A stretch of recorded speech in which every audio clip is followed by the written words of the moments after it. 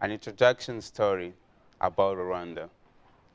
Rwanda is one of the 54 countries in Africa with green, mountainous landscape located in the eastern central part of Africa.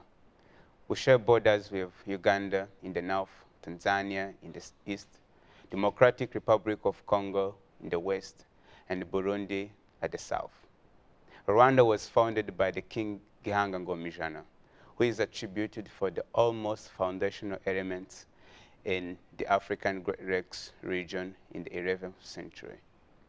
Rwandans have been always lived by the code of loyalty, helping each other for the best interest of our nation, mostly in Muganda on the last Saturday of the month, through which we build schools, medical centers, clinic cities, villages, towns, making Kigali, capital city of a country, one of the cleanest cities in Africa. And you could see this unity exactly by the way our kingdom was being structured under the common values, traditions, and norms of our culture.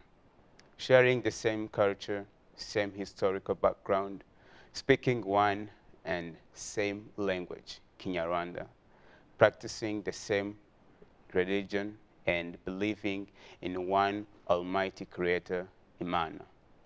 Traditionally in Rwanda, the local community played the primary role in preserving order in our society, mostly when crimes were committed or disputes arose.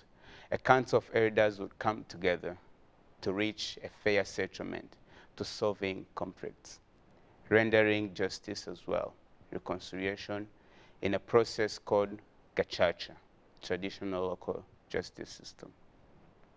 Rwandan people share the same sentiments towards patriotism, nation, and the king, Umwami, which in 1885 was very hard for the colonies in taking over control of our country.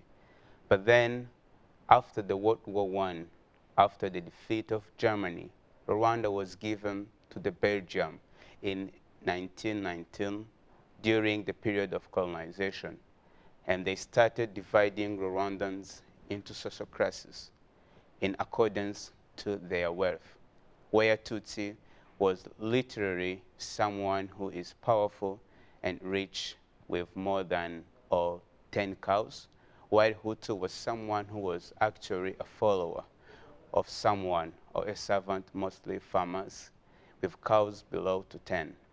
Twa was actually someone engaged in the arts and crafts, as well as hunter-gatherers in the lush forest of the country. All these terms originally were applied to them and also put in their ethnic identity cards in 1933 for easy recognition of who you are. They were not tribes as such, but as Rwanda became a powerful state, the elite developed, and that elite became known as the Tutsi. They were the group in power favored by the Belgians, and others were serving as local citizens and in the administration as well. But when the king and the group in power decided to ask for Rwandan independence, the Belgian colonial administration decided that it was in their interest to try give more power to the majority, which caused the revolution, and the Hutus got indoctrinated on how the Tutsis have oppressed them, which raised more resentments, anger towards the Tutsis, and in 1959, the elite that had power became discriminated from their only one and the only country, becoming refugees in the neighboring countries, and many others lost their homes and their lives as well.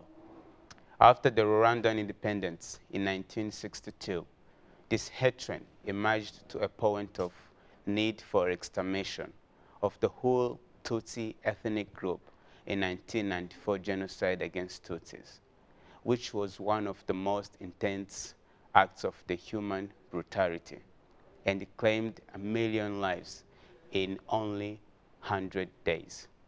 While the peacekeeping organization, UN, was overseeing and did nothing about it.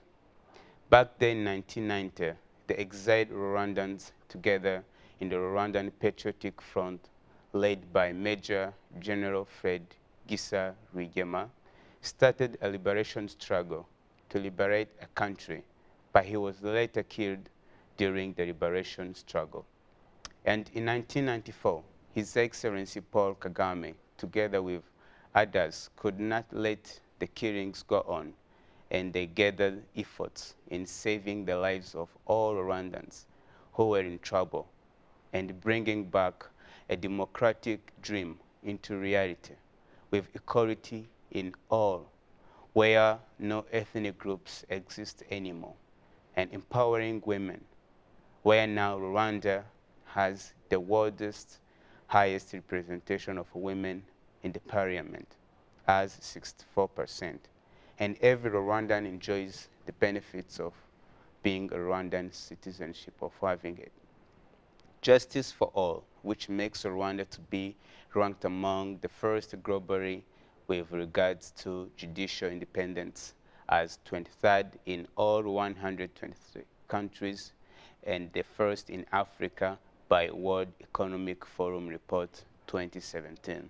Cooperation have been strengthened, peace, reconciliation, and security, which made Rwanda to be ranked one of the most peaceful countries on the continent.